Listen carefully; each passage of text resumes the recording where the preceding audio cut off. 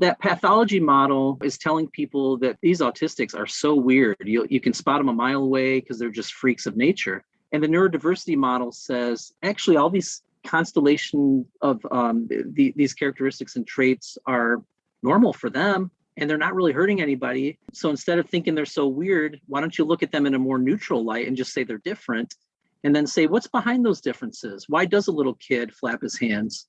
What's that about? Or particularly like a kid who's sensitive to noises. You know, when a neighborhood dog starts barking and a kid covers his ears and rocks back and forth, he's trying to soothe himself, you know? And so while it looks strange to others, it's perfectly reasonable, actually. Hey friends, welcome back to the podcast with me, Jonathan Puddle. This is episode 123, and my guest today is Daniel Bowman Jr. We are talking all about Daniel's brand new book, On the Spectrum, Autism, Faith, and the Gifts of Neurodiversity. And this was a very special, precious conversation. I learned so much, and I have really been enjoying Daniel's book. It is so much more than just a discussion about the subject of autism, though that is very important. It is a beautiful work of prose in its own right. Daniel is a poet and a professor, lecturer, and a lover of language and literature, and you can tell. So I highly recommend this to you.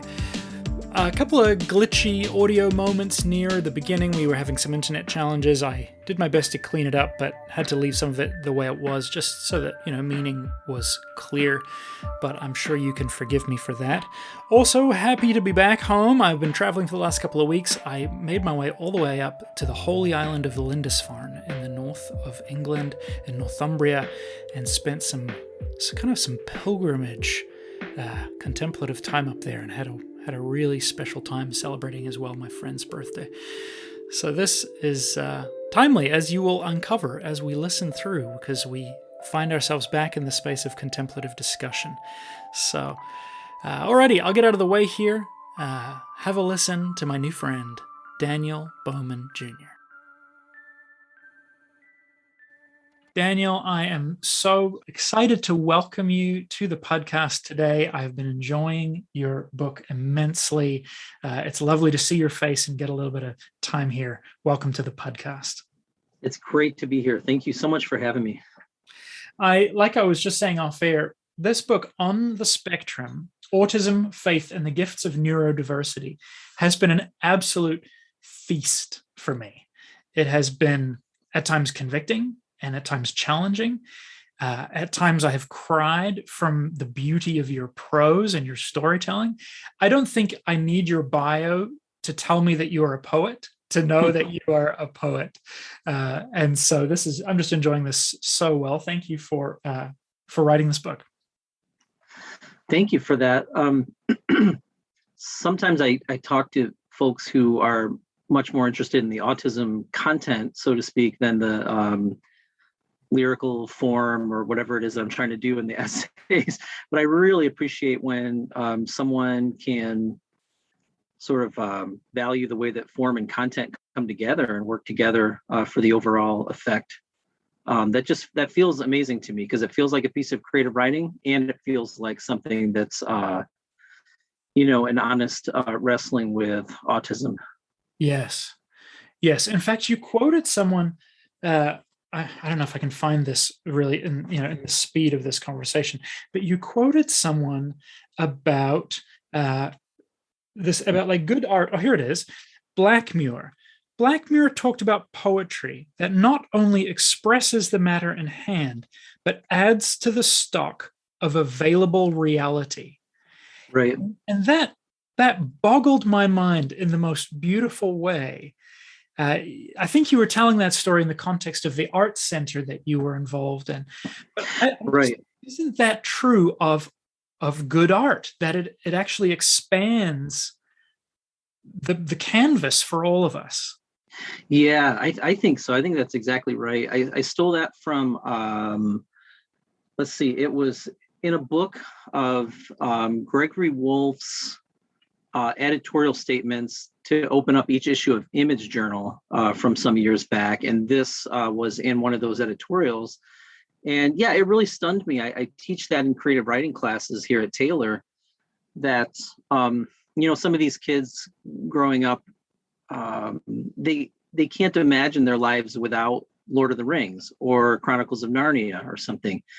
And I say, yeah, because that's part of your reality. That's part of your overall life experience that you get to have, because someone sat down and crafted it and made mistakes along the way and tried to fix them, and earnestly undertook the work of the artist. And so that's something, it does boggle my mind too, and I think about that a lot. Yeah, so I love that you brought that up about Lord of the Rings and Narnia, and I see you've got this great vintage Star Wars poster behind you, because I don't know if you ever read Dune, but no, I haven't.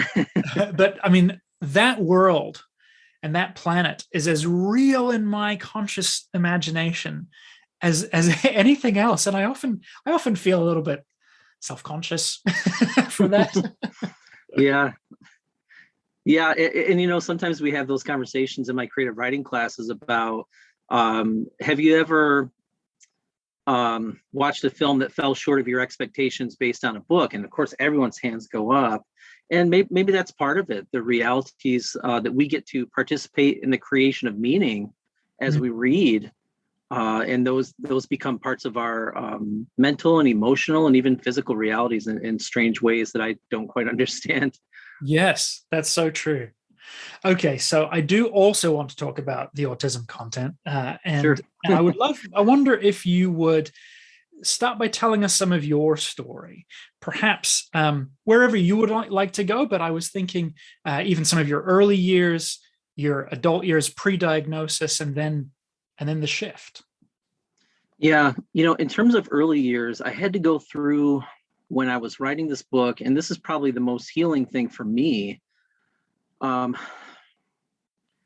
I had a new lens through which to interpret everything that I'd been through in my life before. So the story that the only stories that were available to me to tell myself about myself were that I was weird, I was oversensitive, I was shy, I was quirky. And all these things, when you're growing up as a boy in a blue collar world, as I was, all these things are basically synonyms for bad or weak or wrong. And so if you have no explanation, you have no language or vocabulary with which to speak about the way your mind works and your body, and no understanding of neurodivergence or neuroscience at all, then the stories that you tell yourself about yourself are very limited and very limiting. And the result is that you carry around a lot of shame. I think most autistics do. And so in interviews, over and over and over, those themes keep appearing. Every time a clinician or a researcher interviews an autistic person, they say, tell me about your childhood. And basically they say, I felt like I didn't belong on planet Earth. I felt like an alien. And they use those exact words. And so you carry this guilt and shame. And then the diagnosis for me really helped me reclaim some of those years and go back and reinterpret those years and say, it wasn't that I was weird or stupid or bad, just that I was autistic and my brain respond differently to what's happening around me. And that's neutral rather than a death. And so that it's just absolutely so powerful. And then even later on in my adult life, the book begins, which I think most good stories begin with some conflict or some tension, at least under the surface, if not kind of exploding right in front of you. My tension was a crisis in my personal life, in my family life, when I had a meltdown and wasn't understanding why I felt so terrified and afraid and ashamed and awful. And why couldn't I just deal with life the way everybody else did? I didn't know anybody else who acted like this. And I thought, I wish that I could just let things bounce off me. How can I get there? Do I need more therapy? Do I need a spiritual director? What do I need to do? And it turns out that all of these things were formed a kind of constellation of traits and characteristics. And then I recognized I'm not just a weirdo or a bad person. I just have this brain wiring, and this brain wiring doesn't do well if there's, let's say, a sudden shift in routine, or or a lack of structure, or sensory overload, or whatever it is. And so once I could put all that together, I was able to be freed from a lot of that shame that I carried around with me for many years. That's beautiful. And I'm so sorry for that reality of difference, feeling wrong. Yeah. As a neurotypical person, I think I'm in your debt for taking the time to do the work to educate. And so I want to acknowledge that. I really appreciate that. It's yeah. And then when you learn about this, then the burden is, okay, now people know my story's out there. They are relying on me to educate them and things like that. And what if I don't even know what I'm talking about yet? I need more years to try to comprehend this and everything. But these little milestones, like maybe publishing one book and maybe meeting some people through a podcast like this, or getting an email from a listener later on, which does happen, are to me are just so shocking and so beautiful that it's an amazing journey to be on right now. That's so wonderful. Do you have any thoughts on kind of, I guess, the uniqueness of the journey for someone who learns that they're autistic as an adult versus the childhood, kind of diagnosis? My neighbor here, right next door, their eldest son is autistic, and he's maybe 5 years old. And most of my touch point is in that realm. Right. Yeah. It's just hard to know. It's hard to know how things would have played out differently for me, I suppose, in my own life. I tell this story, I can't remember which part of the book it's in, about a run-in I had with my 5th grade teacher that was really traumatic for me. And I think to myself, well, what if this were nowadays? I mean, this guy was from the old school, and it was his way or the highway. What if it were nowadays and I was a kid and I had a diagnosis, or I had a support network in place, and people just understood that my brain's going to function differently and were able to accommodate that in some way? The hope is that that's happening in ways that are really helpful, but it's a process and it's a journey, and people don't know what to make of the autistic brain yet, and especially when it's still being formed in childhood.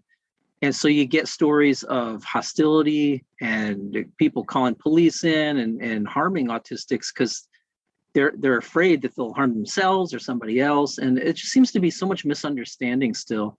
So the dream would be that we're making progress and that we're doing better. And I see signs of that. And that's my prayer for young people on the spectrum, that they would have it a little bit easier. If I come along, in my 40s and write a book like this, maybe that will bring about something a little bit better for younger people. But the reality is right now is pretty mixed. It's tough because I think so many, the people I give a lot of credit to are teachers, in our public schools, are working so hard to understand better and to design learning experiences that will reach lots of different kinds of thinkers. And so I see hope in that. But I also still see so much misunderstanding, and it makes me sad. It's just tough. I think especially, I might add quickly, especially when it comes to people of color who are autistic and women who are autistic, that both are historically underdiagnosed because so many of the diagnostic tools and frameworks were based on data collected from white males, essentially. And so it doesn't always fit, it doesn't always present that same way in other people. And so it's a mixed bag right now, but I like to see the arc bending toward justice, as it were. Yes. Oh, thank you. That's good. One of the pictures that you gave in the book that I found quite helpful was the metaphor of riding a motorcycle versus driving a car. Now, I have a friend who rides a motorcycle, and he told me once about how much more kind of plugged in and aware of the world you have to be. I've never ridden on a motorcycle. My wife says I'm never allowed. I wonder if you could unpack that metaphor for us and explain a little bit for those who have no personal connection with understanding an autistic mind or the way. Yeah, absolutely. I think that I appreciate you picking up on that metaphor. I think for me, it's one of the better ones. I think a lot of the ways I talk about autism in the book are metaphorical because I'm a creative writer, a poet. I think in terms of imagery and all the various kind of, symbols and metaphors that present themselves through the images.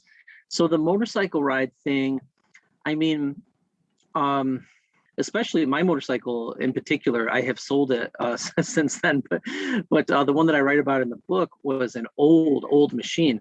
And so in addition to just being unguarded by a windshield and the frame of a car, you're really doing a lot of physical work to actually just make the thing go safely.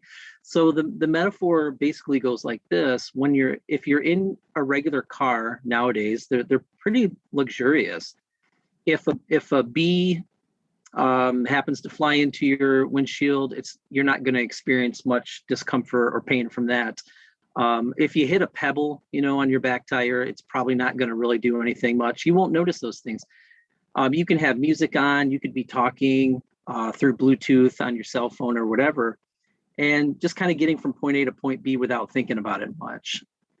That seems to me to be somewhat fitting for the neurotypical life when I see people who are just sort of happy-go-lucky or can just kind of get through their days without severe bouts of depression and things like that. The autistic life, on the other hand, people think about it a lot of times first with eye contact and social skills. And they'll be like, oh yeah, I know autism. You can't make eye contact and you're really awkward. And I say, well, okay, but a lot of that is intertwined with sensory processing. So for me, if the temperature in the room is too hot, if the sun is too bright, if something is making loud noises, if someone's out mowing their lawn or blowing leaves with a leaf blower, my neighbor 3 houses down, people in my family may not even hear it, but it's drilling into my skull and just terrorizing me. So that's like being on a motorcycle. If a wasp hits your face when you're riding a motorcycle at 55 miles an hour down a road, you will feel it. You will experience it. If you hit a small pebble, your life may be in danger. All your senses are fully engaged all the time, and you're kind of in that fight or flight mode on the bike to keep the thing on the road and to be safe almost consistently. And that's kind of how it is for me to go through the autistic life. I rarely can I ever put it on cruise control, even for a minute. That's a really helpful picture. Yeah, I remember reading that and I thought, this is so, yeah. There are certainly times where I feel like I'm on autopilot or like, again, as a person of relative power and privilege, a heterosexual, white, cisgendered Christian male in North America, right. There's so little I have to consciously be aware of. Right. Yeah. And I feel that too. I feel all those same privileges a lot of the time. And yet the sheer physicality of the sensory world, is always just in overdrive no matter what. And so that is very, very hard to turn off. Sometimes I think when studies look at addictions in autistics, for example, more and more studies are looking at stuff like that. What makes sense to me is that people just simply want to come down from that sensory overload experience all the time, and just be evened out a little bit. And so, meds can do that for some folks, and some people self-medicate for that kind of thing. But I understand the impulse behind it. It's tough to keep going when you feel like that all the time. Yeah, certainly. This is a little bit maybe of a left field question, but it's just something that I've been chewing over philosophically. I'd be interested to know if you have any thoughts on it. In this kind of, we could say post-COVID, I recognize it may not be post for everybody, but I'm recognizing that I have far less capacity than I had before. I was talking to a friend, and he said all the muscles that he had built up over his career for managing a busy schedule, those muscles seems to have atrophied. And I feel much the same. All the taxi driving for my children and all the things, it takes much less to overwhelm me now. Yeah. And there's no doubt that the world we live in is and has been biased towards neurotypical folks. But what I'm wondering about is maybe this world that we live in actually doesn't help neurotypical folk thrive either. Maybe this world actually doesn't really work for anyone. Yeah. Do you have any thoughts on that? Like just at a societal? Yeah. No, I mean, that makes a lot of sense to me. I think, I don't know, here in the US and in Canada, perhaps some of it can be attributed to the particular state of capitalism that we're in. I feel like the engines are running 24/7 and somebody's getting very wealthy off them, but it's not any of us. we're just putting in our time and trying to live a life, not just make a living and make money, but make a life, make meaning. And that is very, very tough to do under these conditions. Yeah. And I think especially late pandemic or post-pandemic, as it were, many people are coming to realize the limitations that they have emotionally and even physically, and perhaps coming to see their own values in a clearer light, and maybe hopefully being inspired. You know what I'm thinking of is it makes me think of Mako Fujimura, the great visual artist, the Japanese American painter. His first book, Refractions, talks about when September 11th hit in New York City and he was living right down the street, suddenly a crisis made him re-examine his life. And he said, living in a post 9/11 world, I thought I was pretty happy just being an artist and getting into a fancy gallery in Chelsea or whatever. And then suddenly I had to rethink everything. It caused me to question my values and who I am and what I want to accomplish, in my short time on Earth. And so, yeah, it makes sense to me that COVID would have that same impact on us. Yeah. Thanks for that.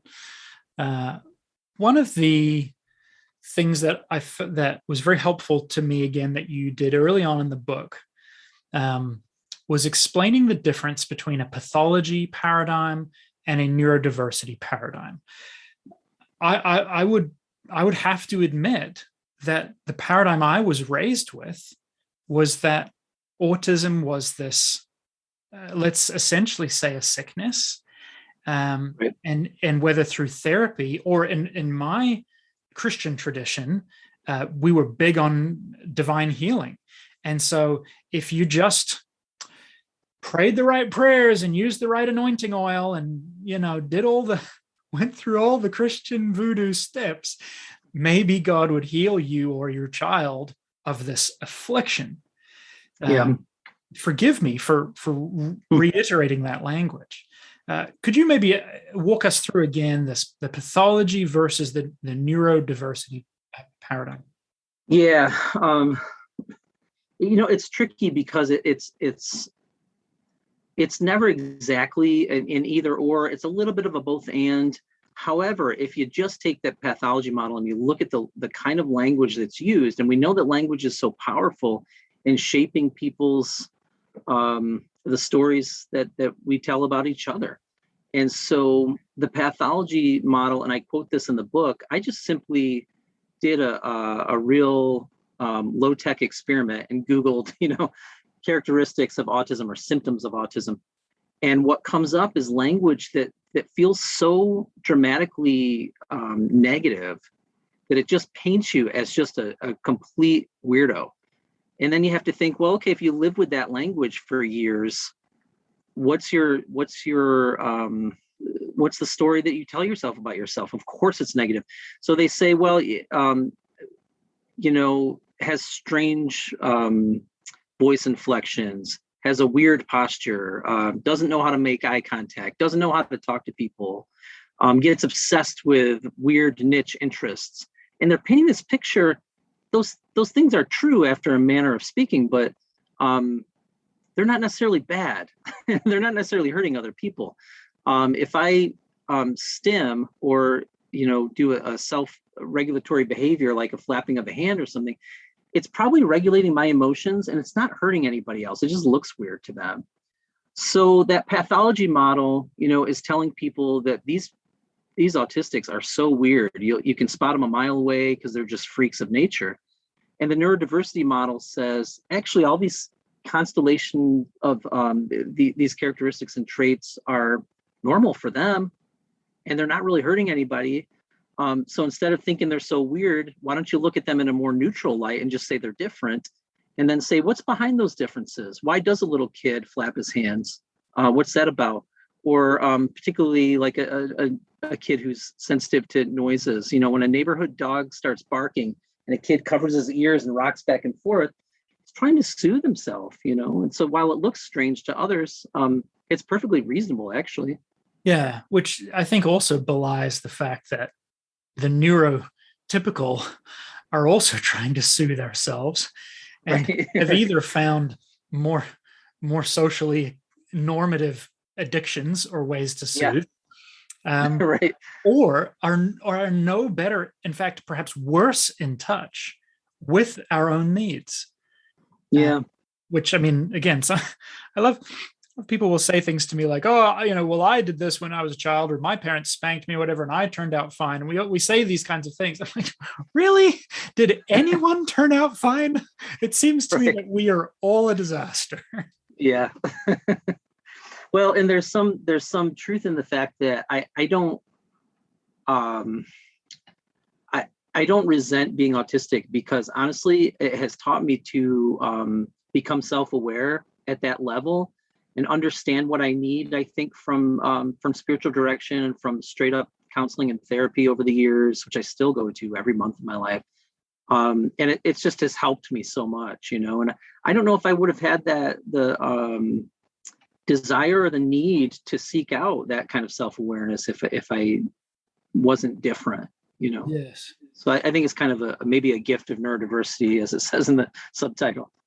Well, yeah, and when you start to unpack some of the gifts of neurodiversity, I found that really beautiful.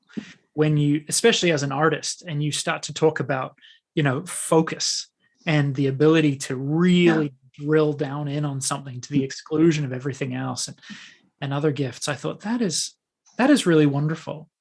And how like us to miss the gifts of people different than us. Yeah, and it's really relevant to talk about that, because there are people out there who are looking at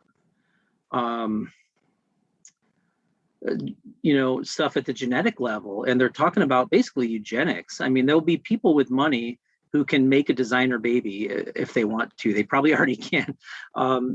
And that means prenatal screening for autism. And if they're able to detect it, some people are going to want to say, yeah, you know what, we'll abort that fetus and we'll wait till a normal one comes along. Well, in all honesty, be careful what you wish for, because people are sitting there scrolling down their new iPhone 13 or whatever it is. I'm like, I can guarantee you that somewhere in Silicon Valley was an autistic person who solved a problem in the development of that technology that no one else would stick with. And we're just so stubborn and focused that he figured it out, Yeah.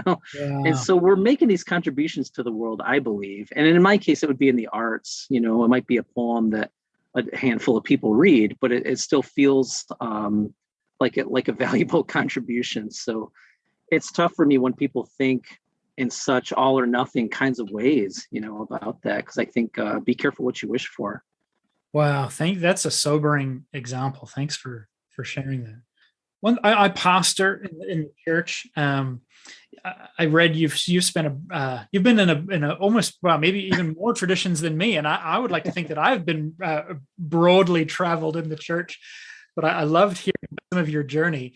I wonder if you could share some of your journey within the church, maybe the good and the bad. Yeah, sure. I mean, overall, going through all those different churches and denominations and things over the years was usually just a matter of we'd move someplace.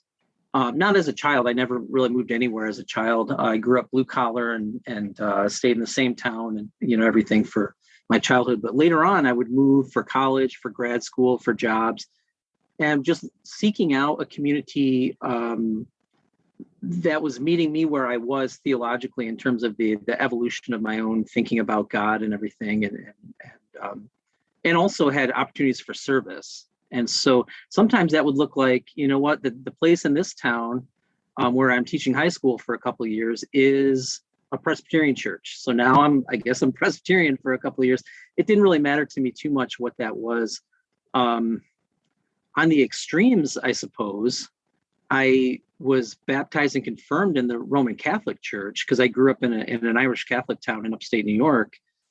And later on, to kind of a different extreme, my mom got saved, as it were, in quotes, and it took us to a pretty fundamentalist Baptist church. And so that was a whole different experience. And I began to understand the world of legalism and all that before I had any words for it.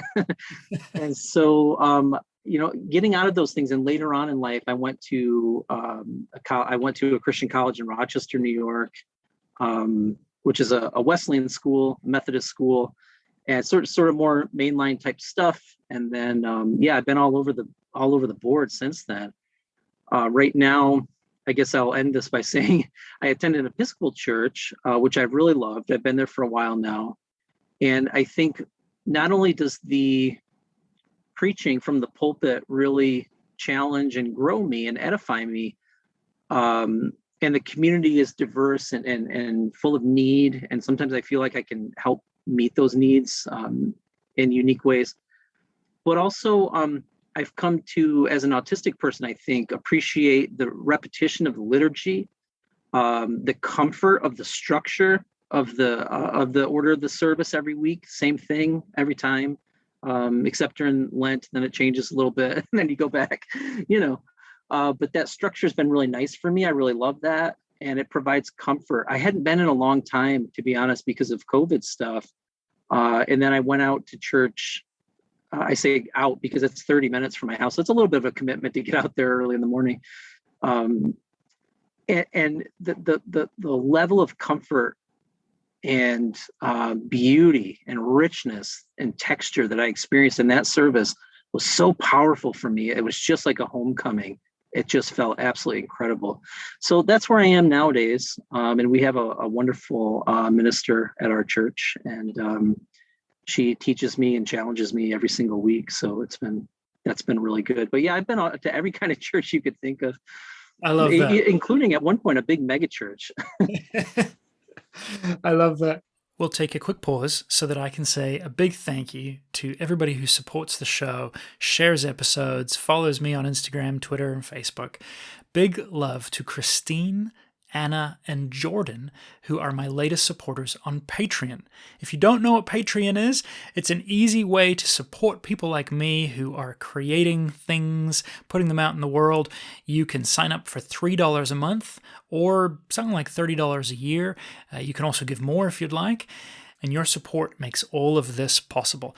As a thank you, I offer B-sides to each episode of the podcast, where I sit down with a friend and we go behind the scenes and talk about how the interview happened and how it impacted me, and we further just unpack the subject. I also love to send little handwritten cards and thank yous to people who are giving $10 a month and more. So head over to patreon.com/Jonathan Puddle if you're enjoying the show and want to be a supporter. Thank you so much. Let's get back to the show.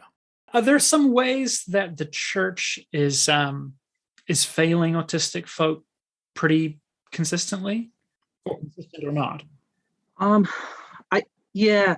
think probably just a lack of awareness of different brain types. And it's tough because of course you're not going to be able to meet everyone's needs all the time or meet everyone where they're at.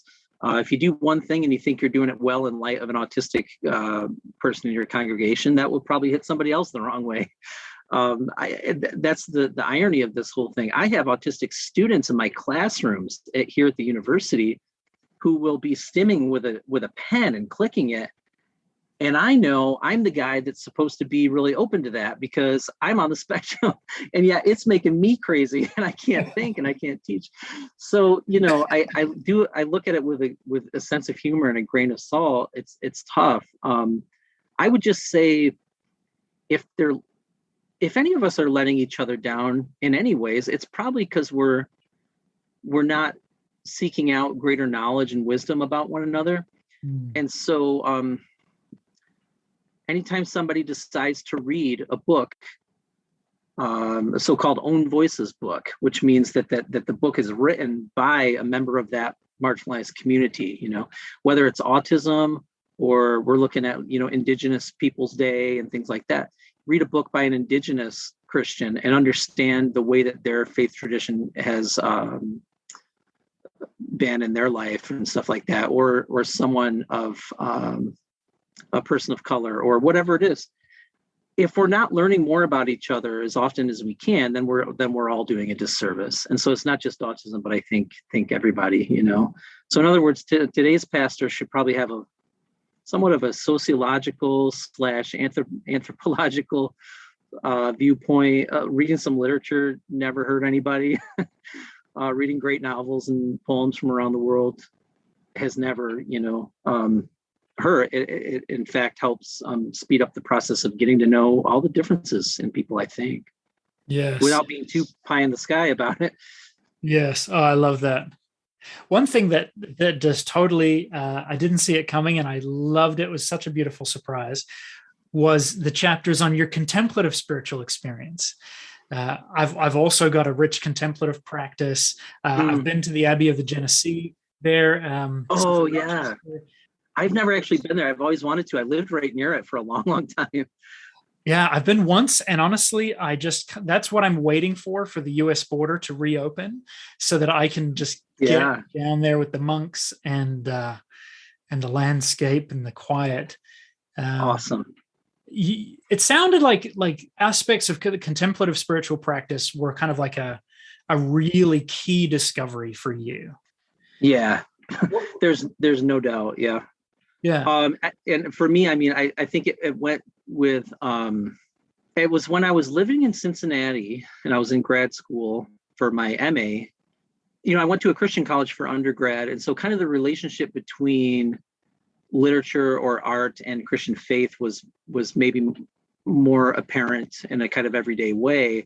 And then I went to a big Research One university for graduate school, and that relationship was not being examined anymore. It was more about race and gender and human sexuality and all these other things. And I really missed the spiritual dimension. I went to church on and off during that time. We went to a couple different kinds of churches, even did some missions work in different parts of the world during that time. But I felt like I had lost my way, in some ways. I lost that first bloom of youth in my faith. And I knew that I was in a place where that was gone and I couldn't get it back. You can't unring that bell and become a naive 19-year-old anymore. Now you're 25 and you're a little bit jaded. So what do?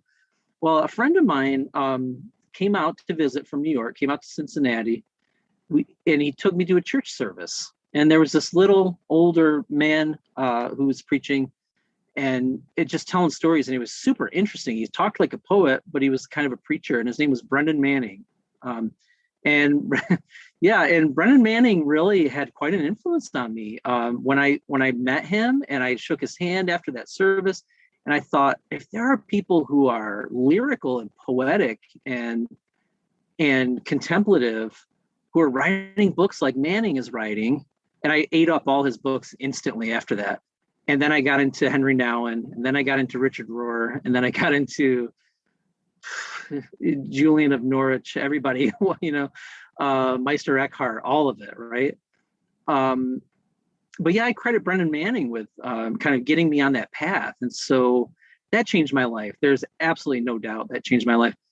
And I think even now, I can't write a single essay without quoting Richard Rohr at some point. It's just going to come out. It's become the furniture of my mind, and it's just going to be there.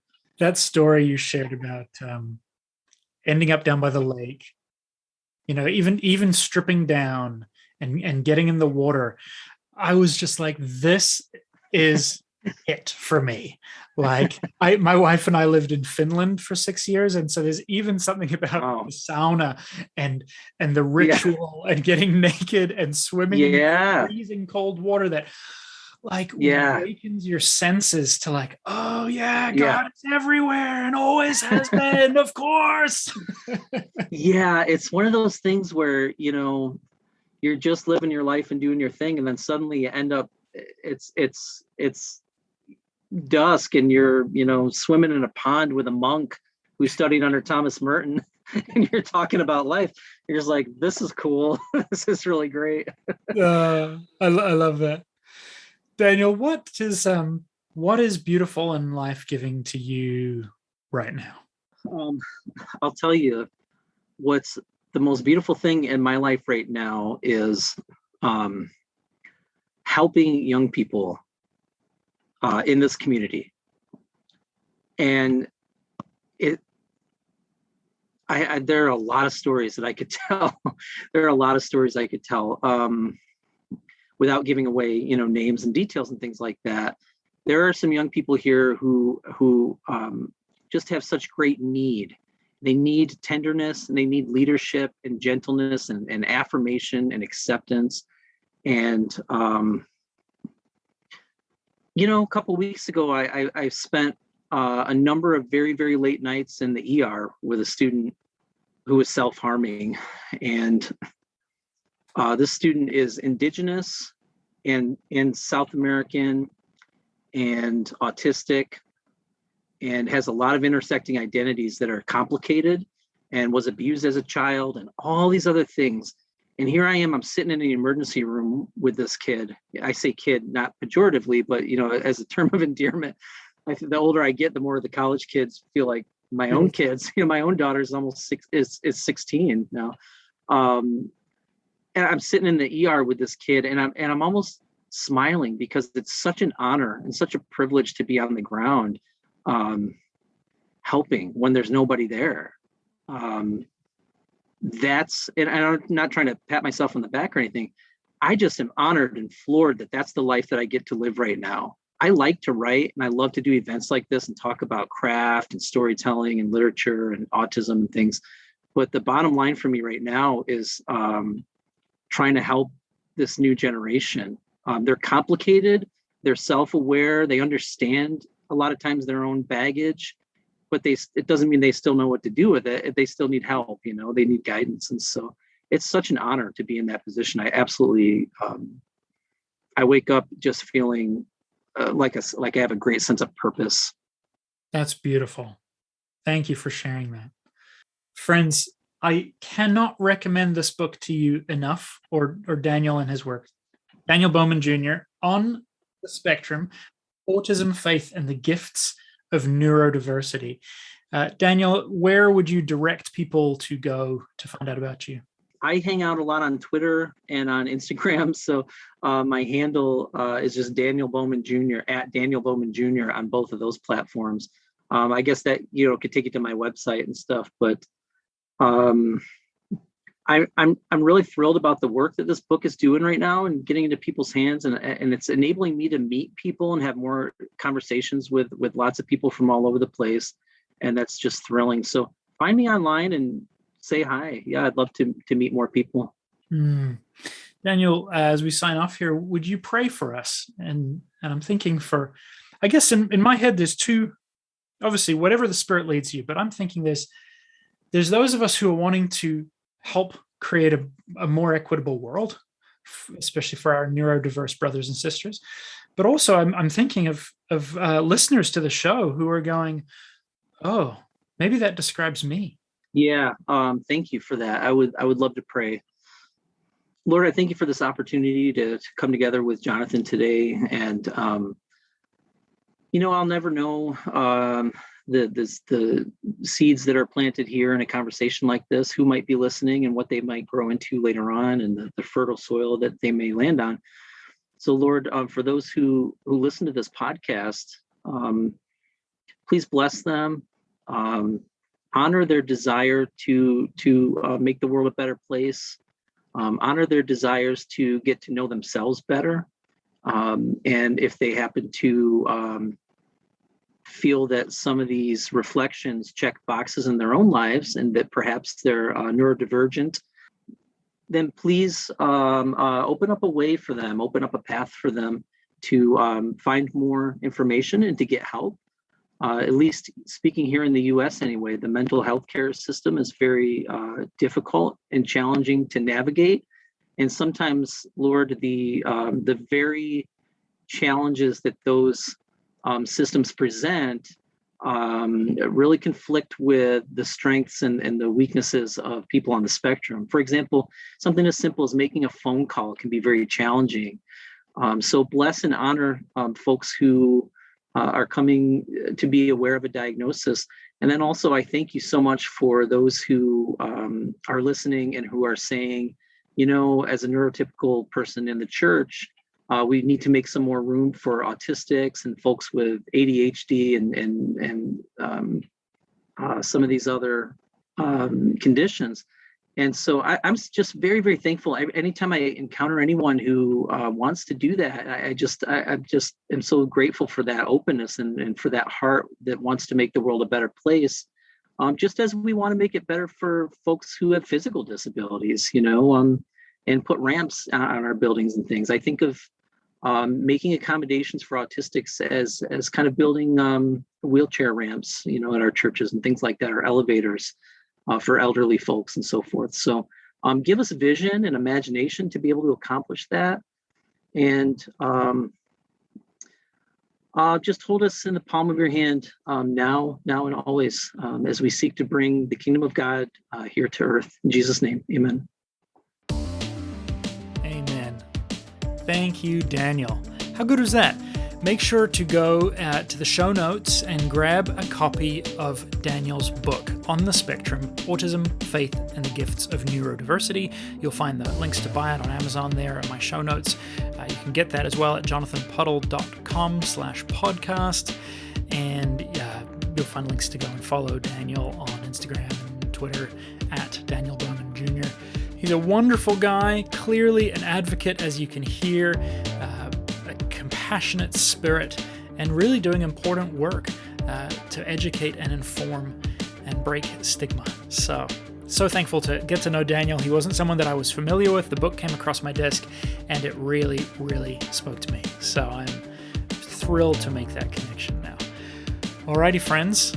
New interviews coming up your way. Lots more in the pipeline. Glad to have you with us. If you're enjoying this show, please consider becoming a supporter or share it with a friend. Go tell somebody about the show.